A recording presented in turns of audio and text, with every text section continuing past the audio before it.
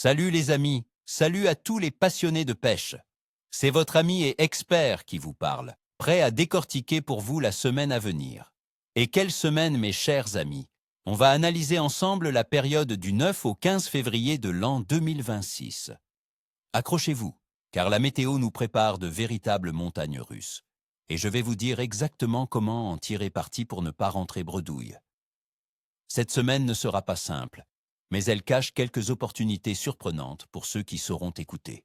Promis, à la fin de cette vidéo, vous saurez précisément quand, où et comment lancer votre ligne pour provoquer la touche. Alors, restez avec moi. Avant de passer au jour par jour, parlons stratégie. Le froid s'est bien installé, l'eau est glaciale et les poissons sont économes en énergie. Pour cette période, je vous conseille de vous concentrer sur deux approches principales. La traque des carnassiers en mode finesse et une pêche de gardon très technique. Pour le brochet et le cendre, les rois de l'hiver, il va falloir les chercher là où ils se cachent. Pensez aux zones profondes et calmes des canaux, aux fosses dans les rivières et près des structures immergées comme des arbres morts ou des piles de ponts. L'eau froide ralentit leur métabolisme, ils ne vont pas courir un marathon pour un leurre. La clé du succès sera la lenteur. Mon conseil numéro 1, le mort manié ou une monture drop shot avec un gros verre. Si vous êtes plutôt leurre, optez pour des shades de bonne taille, entre 10 et 15 cm, sur des têtes plombées légères, pour pouvoir les faire nager juste au-dessus du fond, le plus lentement possible. La patience sera votre meilleur allié. Les touches seront subtiles, de simples tocs dans la ligne, il faudra être très concentré. Pour nos amis les poissons blancs et surtout le gardon, la stratégie est différente. Ils se regroupent en bancs compacts dans les zones les plus profondes et abritées des courants. Les darses de canaux et les larges zones calmes des rivières sont des postes excellents. La technique reine sera la pêche au feeder, mais avec une grande subtilité. Utilisez une amorce très sombre, presque noire, et peu nourrissante. Le but n'est pas de les gaver, mais de les attirer et de les garder sur le coup. Pour l'appât, rien ne vaut les èches vivantes par temps froid. Pensez aux vers de vase, aux pinkies ou à un petit asticot. Le montage doit être le plus fin possible, avec un bas de ligne en 10 ou 12 centièmes et un hameçon de taille 20 ou 22. La discrétion est primordiale. Maintenant, analysons ensemble les conditions générales qui vont dicter notre semaine. Côté météo, on commence la semaine avec des températures assez douces pour la saison, tournant autour de 4 à 8 degrés. Mais attention, à partir de vendredi, une nette chute des températures est annoncée, descendant jusqu'à moins 1 degré le week-end, avec un risque de neige. Cette instabilité va jouer sur la pression atmosphérique et rendre les poissons méfiants. Le milieu de semaine, avec un pic de douceur à 11 degrés mercredi, pourrait être le créneau le plus intéressant. La température de l'eau, elle, restera très basse, probablement entre 3 et 6 degrés. À cette température, le poisson bouge peu et digère lentement. Il faut donc pêcher lentement et insister sur les postes marqués. Enfin, la lune. Nous commençons la semaine juste après le dernier quartier, le 9 février.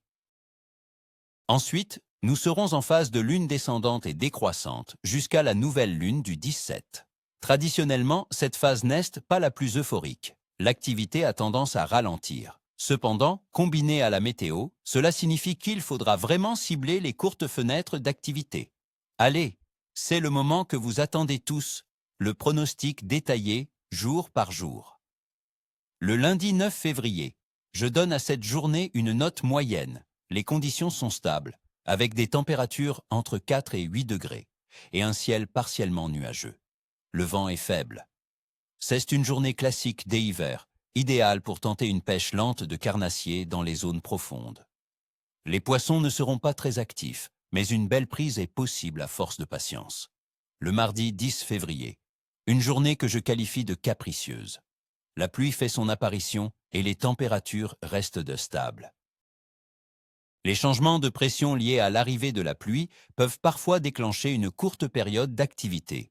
Ce ne sera pas facile, mais une tentative en début de journée pourrait payer.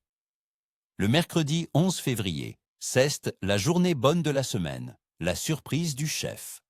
Les températures grimpent jusqu'à 11 degrés avec de la pluie. Ce redout soudain, même bref, est un signal fort pour les carnassiers. Ils pourraient se mettre en chasse. C'est le jour pour sortir les leurs et insister. La pêche au feeder peut aussi réserver de belles surprises, les poissons blancs profitant de cette clémence. Le jeudi 12 février. On revient à une note moyenne. La température commence à baisser entre 4 et 8 degrés, toujours sous la pluie. L'activité de la veille risque de retomber. Il faudra revenir à des techniques très lentes et une pêche de patience. Les poissons auront profité du redoux et seront probablement en phase de digestion. Le vendredi 13 février, le début de la chute. Je classe cette journée comme faible. La température tombe entre 1 et 5 degrés, avec un mélange de pluie et de neige. Ce refroidissement brutal va littéralement clouer les poissons au fond.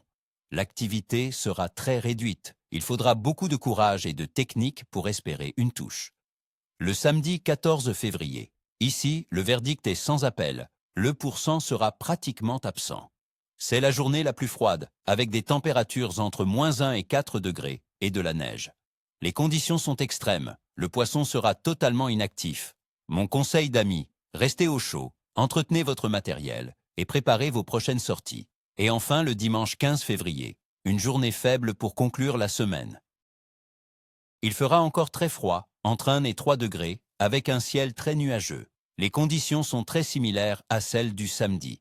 Une pêche de quelques gardons au cou, très fine et très technique, est peut-être envisageable, mais il ne faudra pas s'attendre à des miracles.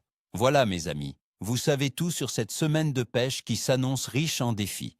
Il y a une belle fenêtre à jouer en milieu de semaine, mais le week-end sera très compliqué. C'est aussi ça, la pêche en hiver. Savoir s'adapter et parfois savoir rester à la maison. J'espère que ces conseils vous seront précieux. Je vous souhaite à tous merde, comme on dit entre nous, pour vos futures sessions. N'oubliez pas de laisser un gros pouce bleu si la vidéo vous a plu et surtout, abonnez-vous pour ne manquer aucun de mes prochains pronostics.